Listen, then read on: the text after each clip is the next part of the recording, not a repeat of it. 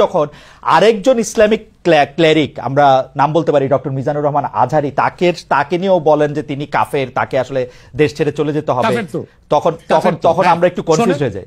বলছি জি না, কনফিউজ হবেন কেন? আপনি যার কথা বলেছেন সে কি বলেছিল আপনি দেখেছেন তার বক্তব্যগুলো? আমি দেখেছি, কিন্তু শোনেন কথা শোনেন। জি, তাকে বলুন, সে তো আমার ছাত্র, তাকে জিজ্ঞেস করুন। 2007 সালে সে আমার থেকে সবক নিয়েছে দারুন রাজাত মাদ্রাসায়। আমি তার টিচার, আমি তার শিক্ষক, এবং তার শিক্ষকরাও আমাকে শিক্ষক মানে।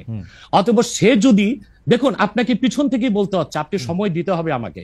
আপনি কিন্তু বসে আছেন একা, আমার কিন্তু কয়েক হাজার লোক বসে আছে আমার অপেক্ষায়, একটা শিডিউল প্রোগ্রাম আমি রেখে বসেছি আপনার এখানে।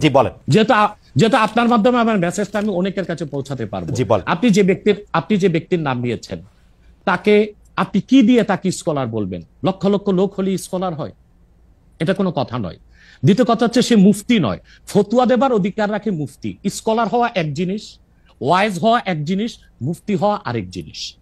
আমার কথা হচ্ছে, আমি কি গ্র্যান্ড মুফতি বাংলাদেশে? তা আমি বলছি না, এটা বলার অথরিটি আমার নেই, কিন্তু আমার ফতুয়াতে কলম বসাবার মতো 10টা মুফতি আপনি বের করে দেন। সে আল্লাহর হাবিব নূর নবীজি মুহাম্মদ মুস্তাফা সাল্লাল্লাহু আলাইহি ওয়াসাল্লামের আরশচুম্বী সম্মানের খেলাফ, আল্লাহ তাআলা সম্মানের খেলাফ বক্তব্য দিয়েছে, হালাল শব্দ ব্যবহার করছে। এটা কি হয়? সে বলেছে আম্মা জান খাদিজা ভার্জিন ছিলেন না। আমার মাকে যদি কেউ বলে ভার্জিন ছিল না, আমি মেনে নিব।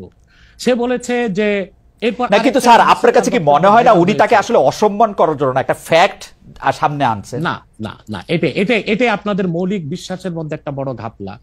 আমার সাথে আপনার কথা বলার যে শব্দচয়ন, সেটা কখনো আল্লাহ তার হাবিব সাল্লাল্লাহু আলাইহি ওয়াসাল্লামের শানে ওই শব্দচয়ন ব্যবহার হতে পারে না।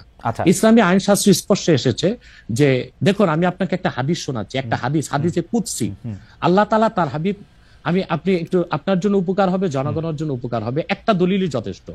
খন্দক যুদ্ধে আল্লাহর হাবিব সাল্লাল্লাহু আলাইহি ওয়াসাল্লামের আসর নামাজ কাজা হয়েছিল, আর উহুদ যুদ্ধে আল্লাহর হাবিব সাল্লাল্লাহু আলাইহি ওয়াসাল্লামের দাঁত শহীদ হয়েছিল। উহুদ যুদ্ধে আল্লাহ হাবিব সাল্লাল্লাহু আলাইহি ওয়াসাল্লামের দাঁত শহীদ হওয়ার পর আল্লাহ হাবিব সাল্লাল্লাহু আলাইহি ওয়াসাল্লাম কাফিরদেরকে বদদুয়া করেন নাই, কিন্তু খন্দক যুদ্ধে নামাজটা ছুটে যাওয়াতে এত কষ্ট পেয়েছেন আল্লাহর হাবিব, তিনি বদদুয়া করেছেন, আল্লাহুম্মা ইমলা বুতুনাহুম ওয়া কুবুরহুম নারা। আল্লাহ কাফেরদের কবরগুলো আর সিনাগুলো জাহান্নামের আগুন দিয়ে ভরপুর করে দাও, তাদের কারণে আসর নামাজটা পড়তে পারলাম না।